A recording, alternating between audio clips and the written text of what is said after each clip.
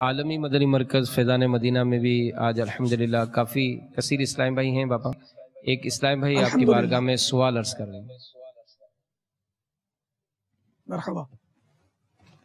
السلام علیکم ورحمۃ اللہ وبرکاتہ۔ پیارے بابا جان، وعلیکم السلام ورحمۃ اللہ وبرکاتہ۔ پیارے بابا جان، میرا نام محمد عدیل اتاری ہے۔ میرا سوال یہ ہے کہ نماز میں خشوع و خضوع کیسے حاصل ہو؟ بعض کہتے ہیں کہ نماز میں آنکھیں کھلی رکھیں اور بعض میں کہتے ہیں کہ نماز میں آنکھیں بند رکھیں۔ السلام علیکم ورحمۃ اللہ وبرکاتہ۔ وعلیکم السلام ورحمۃ اللہ وبرکاتہ۔ نماز میں آنکھیں بند رکھنا یہ مکروہ تنزیہی ہے، البتہ آنکھیں بند رکھنے سے خشوع بڑھتا ہے، اس کا خشوع آتا ہے، تو ایسی صورت میں آنکھیں بند رکھنا یہ افضل ہے کہ بند کر لیں۔ تو اس لیے وہ اپنی اپنی کیفیت پر مشتمل ہے۔ بعضوں کو ایسا ہوتا ہے کہ آنکھیں بند کرتے ہوں گے تو گھبراہٹ ہوتی ہوگی، وحشت ہوگی، تو خیر ان کو تو رکھنا نہیں، اور ویسے اگر خشوع میں اضافہ مقصود بھی نہیں ہے تو صرف ویسے ہی آنکھیں بند رکھنا اس کی بھی ہے تو مکروہ تنزیہ بہار شریعت میں لکھا ہے، خشوع کی قید لگائی ہے۔ خشوع آتا ہو یعنی کہ دل جمعی ہوتی ہے، نماز میں سرور آ رہا ہے، تو اس کے لیے آنکھیں بند کرنا چاہے تو کر سکتا ہے۔ ویسے خشوع کیسے پیدا ہو، کاش یہ تصور بند جائے، کیونکہ ہمارا تو ہمارے بس کا روگ نہیں ہے جنرلی کہ میں خدا کو دیکھ رہا ہوں، تو کم از کم یہی تصور بند جائے کہ خدا مجھے دیکھ رہا ہے، یہ زیادہ مشکل نہیں ہے۔ جب یہ تصور نماز میں بندہ رہے گا کہ اللہ مجھے دیکھ رہا ہے تو انشاءاللہ خشوع پیدا ہوگا، اور یہ حدیث شریف کا نسخہ ہے۔ اس وقت جس کیفیت میں ہوں نا، یہ چادر دو دو ڈالی ہوئی ہیں، کارڈ بھی لٹکایا ہوا ہے، اس کیفیت میں نماز پڑھوں گا نا تو مجھے خشوع میں رکاوٹ بنے گی، تو اس لیے میرے لیے یہ ہے کہ میں یہ چادر اتار لوں، کارڈ بھی نکال لوں، کارڈ زمین پہ ٹکراتا رہے گا، ورنہ ہاں ایسی جگہ باندھا لگایا ہے کہ زمین پر نہیں ٹکراتا تو پھر وہ معنی خشوع نہیں ہوگا۔ تو بعضوں کا داڑھی میں اٹیچ ہوتا ہے تب بھی خشوع کا معنی ہوتا ہے، تو اس لیے وہ کارڈ رکھ دے جیب میں، چادر اتار کے سامنے رکھ لیتے ہیں۔ سامنے ہی بعض وقت خشوع میں معنی ہوتی ہے کہ گھٹنے اس پہ آتے ہیں تو وہ مزہ نہیں آتا، تو ایسی جگہ رکھے کہ جہاں نہ خود کو پریشانی ہو نہ کسی اور کو پریشانی ہو۔ اب رہی سفید چادر، تو بعضوں کو بلکہ تعداد ہے ان کو سفید چادر اوڑھ کر بھی نماز میں خشوع نہیں آتا ہوگا، سنبھالتے رہتے ہوں، بیچارے سنبھالتے رہتے ہیں چادر کو۔ اب یہ ہم جیسے وہ خوش کرنے کے لیے کہ یہ دیکھ لیں گے سفید چادر نہیں ہے، تو یہ بیچارے وہ سفید چادر لپیٹ لیتے ہیں۔ بعض اوقات تو ایسا ہوتا ہے کہ مانگ کے لائے ہوتے ہوں گے میرے پاس آنے کے لیے، اب وہ مجبوری ہے ان کی مجبوری خود ساختہ ہے۔ میں نے کب مجبور کیا کہ نماز میں چادر لپیٹو، یا میرے پاس بغیر چادر کے مت آؤ، جب میرے پاس بغیر داڑھی کے بھی آ جاتے ہیں، داڑھی منڈے اور پینٹ شرٹ والے بھی آتے ہیں، بے نمازیوں کو بھی میرے پاس منع نہیں آنا، تو بغیر چادر والے کو منع کیوں؟ تو یہ آپ کا اپنا فلسفہ ہے، مجھے اس کا قصوروار نہ ٹھہرائیں، ٹھیک ہے نا۔ اب یہ کہ نماز میں یہ چادر رکاوٹ بنتی ہے، کبھی ادھر پھنستی ہے، کبھی یوں آ جاتی ہے، یوں چلی جاتی ہے، تو چادر اتار کے رکھ دے بندہ۔ تو چھوٹی چادر ہو نا جیسے، تو میں تو بارہا چھوٹی چادر خصوصیت کے ساتھ امامے پر ڈالتا ہوں نماز کے لیے، اس نیت سے، زینت کی نیت سے کہ نماز کے لیے زینت مستحب ہے۔ تو اب جبکہ یہ خشوع میں مانے نہیں ہے میرے لیے، اور دوسری کوئی بھی اس میں رکاوٹ جیسی صورت نہیں ہے، نہ کوئی صدل کی صورت ہے کہ دونوں سرے یوں سر پہ ڈال دے کہ دونوں سرے لٹک رہے ہیں، تب تو نماز مکروہ تحریمی میں ہو جائے گی، تو یوں یعنی کہ لپیٹ کر، مطلب جیسے ابھی لپیٹی ہوئی ہے۔ اب یہ چادر میری چھوٹی ہے، اس چادر میں نماز پڑھوں گا نا تو یہ میرے لیے امید ہے کہ معنی خشوع نہیں ہوگی۔ کبھی اتفاق سے کوئی آگے پیچھے یہ ہو گئی تو یوں تو یہ لباس بھی آگے پیچھے ہو جاتا ہے، بعض اوقات پاجامہ ڈھیلا ہوتا ہے، ایسا پریشان کرتا ہے نماز میں، اب یہ اس کا کیا علاج؟ یا بعض اوقات زیادہ ٹائٹ ہو جاتا ہے، پیشاب کر کے نکلے، جماعت کو جلدی ہے، وضو کھانے پر رش ہوگا تو جو تو باندھ لیا اور ہو گیا، زیادہ تھوڑا کس کیا گیا، اب وضو کر کے بھاگ کے نماز میں کھڑا ہو گیا. بھاگنا نہیں چاہیے، تو جلدی سے نماز میں کھڑا ہو گیا. اب پتا چلا کہ اب ٹائٹ ہے، اب کیا کرے؟ تو ذرا کب اس کو نماز کے دوران تو کھول کر ڈھیلا کرنے کی اجازت نہیں دی جائے گی. یہ سب مسئلہ نہیں ہے جس میں اجازت مل جائے. ہاں اگر خدا نہ خواستہ پاجامہ کھل کے گر گیا، ستر ننگا ہو رہا، پھر تو فوراً اس کو اٹھا کے جلدی جلدی مطلب سیٹ کر لے. نماز میں اس کی یہاں تک کی اجازت دی جائے گی کہ 3 سبحان اللہ سے پہلے یہ مفتی صاحب رہنمائی کر دیں کہ میں کہیں بھول تو نہیں رہا ہے، ایسا اجازت تو ہے اسی صورت میں، کیونکہ یہ ایسا عمل کثیر کہ جو نماز کی اصلاح کے لیے ہو، اس کی اجازت تو ہے. تو یہ ہے اگرچہ عمل کثیر، لیکن اس میں نماز کی اصلاح مقصود ہے. کہ اگر 3 سبحان اللہ کی مقدار اگر وہ ستر اب کھلا رہ گیا تو نماز فاسد ہو جائے گی. اور اگر شروع اس طرح کی نماز کہ ستر کھلا ہوا تھا تب تو نماز منعقد ہی نہ ہوئی، شروع ہی نہ ہوئی.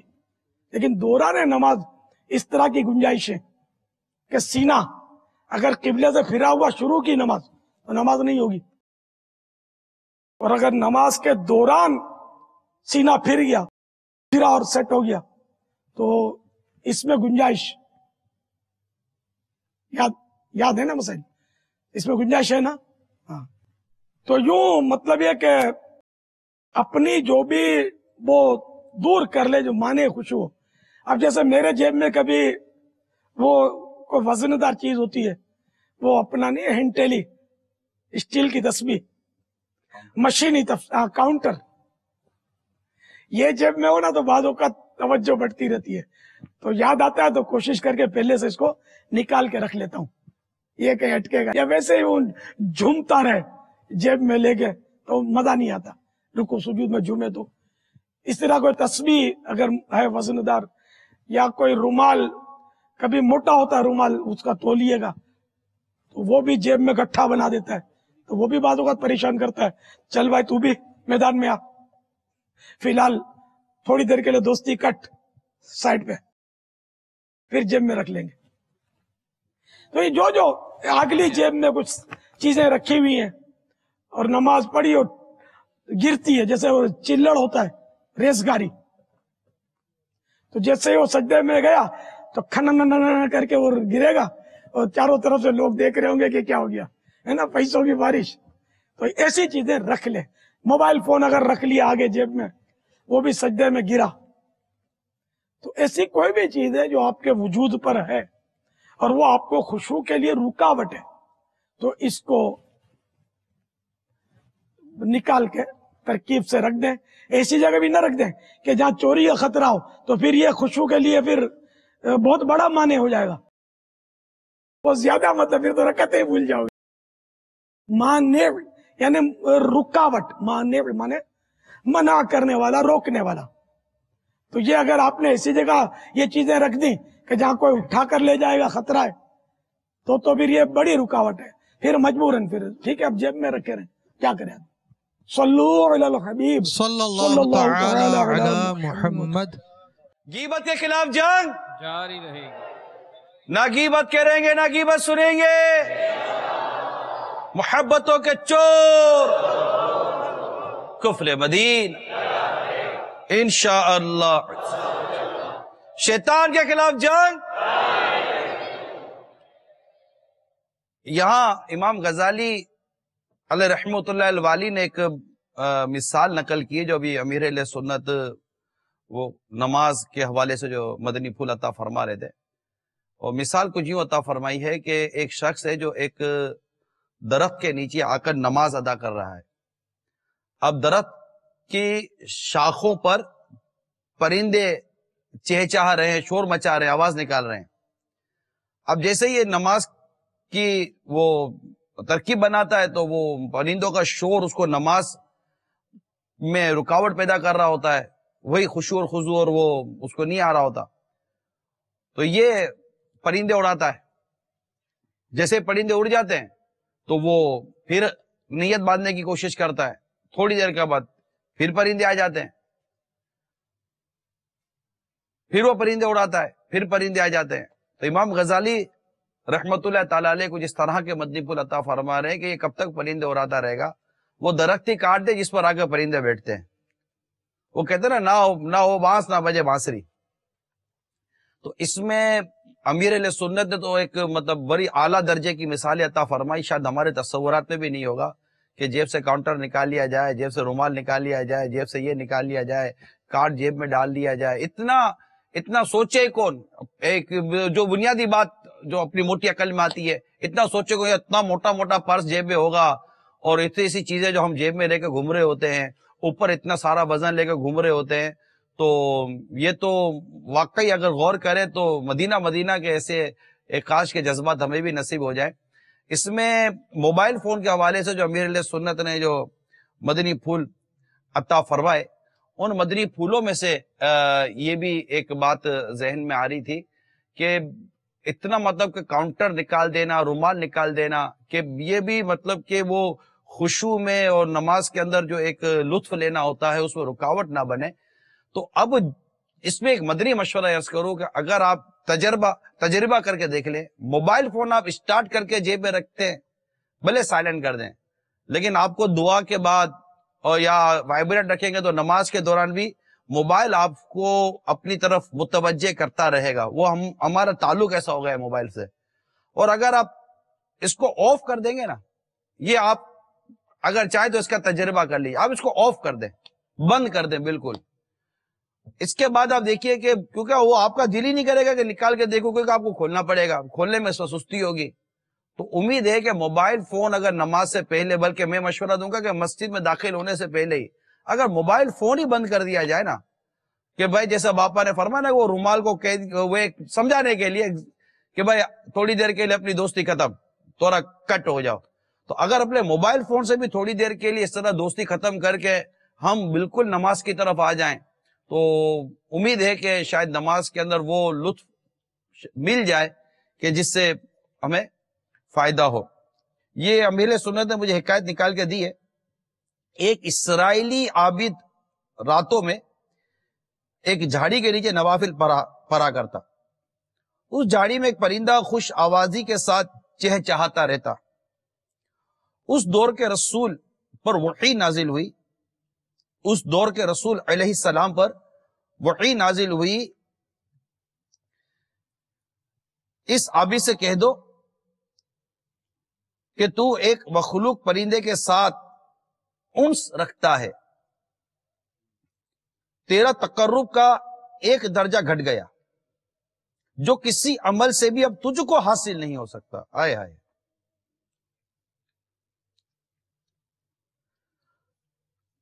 تو ایک پرندے کے ساتھ انس رکھتا ہے، ایک پرندے کے ساتھ تعلق ایسا جڑا ہوا اس کا، محبت، کہ